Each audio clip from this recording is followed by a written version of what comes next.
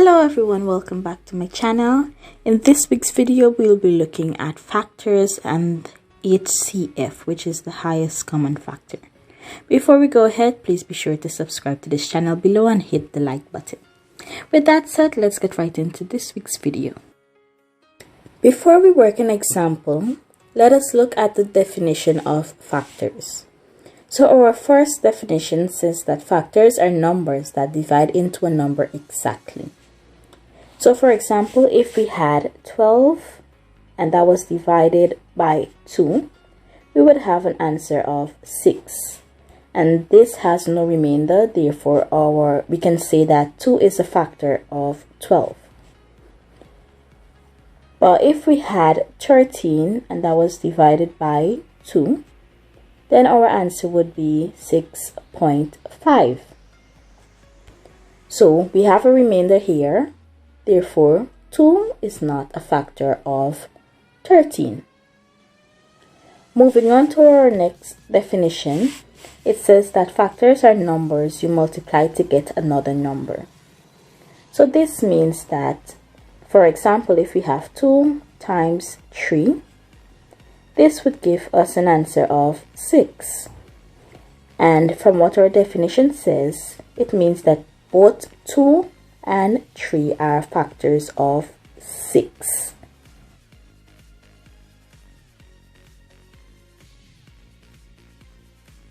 Let us look at an example of how to find the factor of 8. So we're going to use the method described in our second definition, which is when we multiply two numbers, those would be the factors of whatever number or answer we get from that. So in order to find the factor of 8, we're going to multiply two numbers together. So for our first number, we'll have 1 times 8, which would give us 8. And then we'll have 2 times 4, which would give us 8 as well. Now you might be wondering how exactly we'll know when we've covered all of the factors.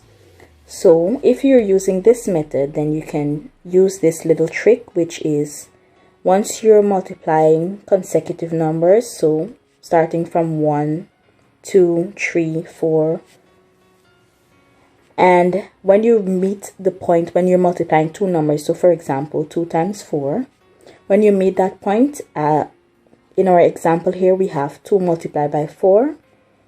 After 2, the next consecutive number is 3, and because 3, there's no other number to multiply 3 by because we've already multiplied 2 by 4.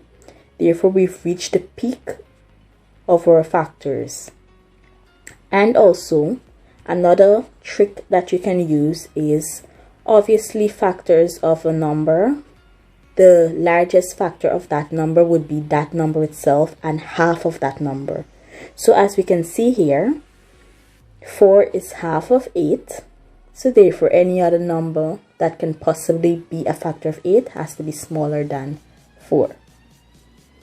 So those are two little tricks that you can use in order to know when you've covered all of the factors for a specific number. Now moving on to our second example, we are being asked to find the highest common factor of 12 and 21. In order to find the highest common factor of two numbers, we need to first find all of the factors of those two numbers, and then we find the highest common factors between all of those factors. So let's work through the example. We're first going to find the factors of 12.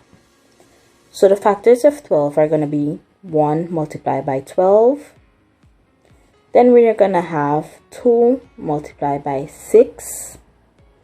And then we have 3 multiplied by 4, which is 12.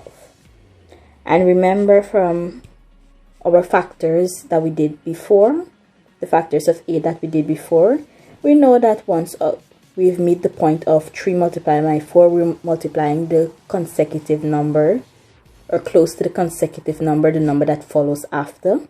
So 3 multiplied by 4, there's no other numbers to multiply by. So we know we've covered all of the bases for factors of 12. So rewriting our factors of 12, we're going to have 1, 2, 3, 4, 6, 12. So those are the factors of 12. And now to find the factors of 21, we're gonna have 1 times 21, and then we're gonna have 3 times 7. There are no other factors of 21 at this point, so our factors are 1, 3, 7, and 21. Now we're going to circle all of the common factors. So we have 1, 1, and then we have 3 as well. 3. 4, 6, 12, 7, 21. There is no other common factor. So therefore, highest common factor HCF is going to be 3. So our highest common factor between 12 and 21 is going to be 3. And that is exactly how you find the highest common factor between two numbers.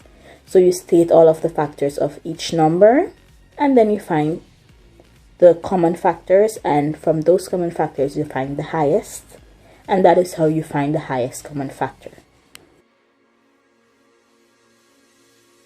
And this brings us to the end of this week's video. Please be sure to subscribe below and hit the like button for more videos. Thank you so much for watching, and see you next time. Bye bye.